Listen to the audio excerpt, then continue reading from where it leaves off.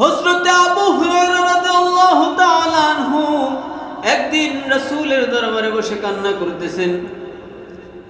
আবু হুরায়রা রাদিয়াল্লাহু তাআলা আনহুকে কাঁদতে দেখে আল্লাহর নবী ডাক দিয়ে বলেন, ও আবু হুরায়রা,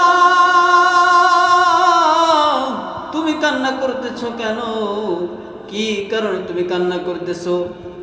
আবু হুরায়রা রাদিয়াল্লাহু তাআলা আনহু আল্লাহর নবীকে বললেন, ইয়া রাসূলুল্লাহ,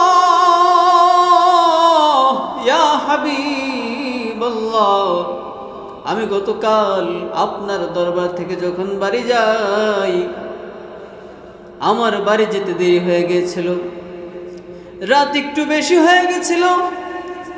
এই কারণে আমার মা আমাকে ডাক দিয়ে বলে, ও আবু হুরায়রা, তুমি কেন বাড়ি আজকে দেরি করে এসেছো?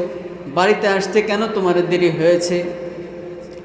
আমি তখন আমার মাকে আপনার কথা বললাম যে আমি মুহাম্মদ সাল্লাল্লাহু আলাইহি ওয়াসাল্লামের দরবারে ছিলাম। আমার মা বিধর্মী, এখনো ইসলাম ধর্ম গ্রহণ করে নাই। আমার মা আপনার কথা শোনার সাথে আমাকে অনেক মারধর করেছে। আমার মা আমাকে বলে, হয়তো তুমি ওই মুহাম্মাদের দরবার ছাড়বা, নয়তো তোমার মার এই ঘর ছেড়ে দিবা। আমি আমার মাকে বলেছি, ও মা,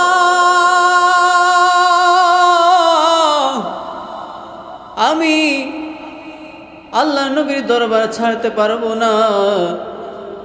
তুমি মুরব্বী মানুষ, তুমি বয়স্ক মানুষ, তুমি আমাকে সমস্ত শক্তি দিয়ে মারতে থাকো, আর মারতে মারতে আমাকে এই বাড়ি থেকে বের করে দাও, কিন্তু মা, আমাকে নবীজিকে ভুলে যেতে বলো না। ও মা, তুমি বয়স্ক মানুষ, তোমার সব শক্তি দিয়ে আমাকে মারতে থাকো, আমাকে মারতে মারতে এই বাড়ি থেকে বের করে দাও, কিন্তু মা, আবার নবীজিকে ভুলে যেতে বলো না। আমি আমার নবীকে কোনোদিন ভুলতে পারবো না।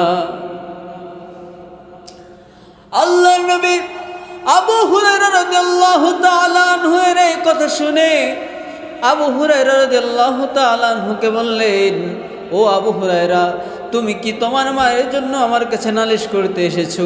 যদি এটাই হয়ে থাকে, জেনে নাও এর জন্য আমি কোনো বিচার করতে পারবো না।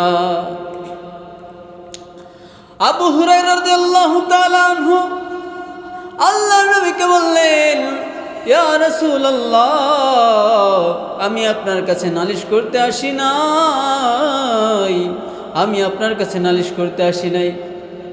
আল্লাহর নবী বললেন, তাহলে তুমি কেন এসেছো? কোন কারণে তুমি কান্না করতেছো? আমাকে বিস্তারিত বলো। আবু হুরায়রা রাদিয়াল্লাহু তাআলা আনহু বললেন, ইয়া রাসূলুল্লাহ,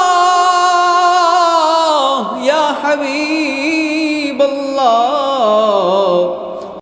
আপনি আল্লাহ তাআলার মহব্বতের বন্ধু, আপনি নবী, আপনি যদি আল্লাহর কাছে দোয়া করেন, এই দোয়া বিফলে যাবে না। ইয়া রাসূলুল্লাহ, ইয়া হাবিবাল্লাহ, আপনি একটু আল্লাহর কাছে দোয়া করে দিন যেন আমার মা ইসলামের ছায়াতলে চলে আসে। আল্লাহর নবী রাহমাতুল লিল আলামিন আবু হুরায়রা রাদিয়াল্লাহু তাআলা আনহুর এই কথা শুনে সাথে সাথে আল্লাহর দরবারে দুটি হাত তুলে দোয়া করলেন, ইয়া রাব্বুল আলামিন, আবু হুরায়রার মাকে তুমি ইসলামের ছায়াতলে নিয়ে আসো, হেদায়েত দান করো। একদিকে আল্লাহর নবী দোয়া করতেছেন, অন্যদিকে আবু হুরায়রা রাদিয়াল্লাহু তাআলা আনহু এক দৌড় দিয়ে বাড়ির দিকে ছুটে যাচ্ছেন। এদিকে রাস্তায় কিছু সাহাবী আবু হুরায়রা রাদিয়াল্লাহু তাআলা আনহুর জামা টেনে ধরেছে, পিছন থেকে জামা টেনে ধরেছে, জামা টেনে ধরে বলতেছে, ও আবু হুরায়রা, এত তাড়াহুড়া করে কোথায় যাচ্ছ? আবু হুরায়রা রাদিয়াল্লাহু তাআলা আনহু সাহাবীদের ডাক দিয়ে বলেন, ও সাহাবীরা, আমাকে ছেড়ে দাও, আমাকে দৌড়াতে দাও, আমি এত এত দ্রুত করে বাড়ির দিকে ছুটছে এই কারণে যে আমি আগে বাড়ি পৌঁছাই নাকি আমার নবীর দোয়া আল্লাহ তাআলার নিকটে দ্রুত পৌঁছায়। সুবহানাল্লাহ। আমি দৌড়াচ্ছি এই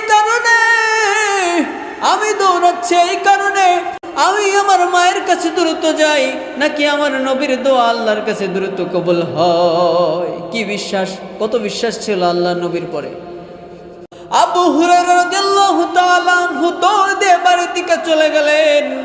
বাড়ির দরজায় গিয়ে যখন নক করলেন, দরজায় যখন আওয়াজ করলেন, ও মা দরজা খুলো গো মা, তখন আবু হুরায়রা রাদিয়াল্লাহু তাআলা আনহুর মা দরজা খুলে দিলেন।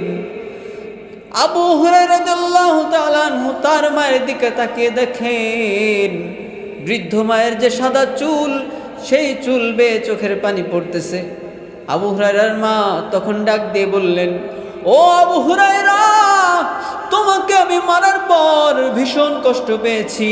আমি চিন্তা করেছি যে আমার ছেলে তো কোনো দোষ করে নাই, আমি কেন মারলাম।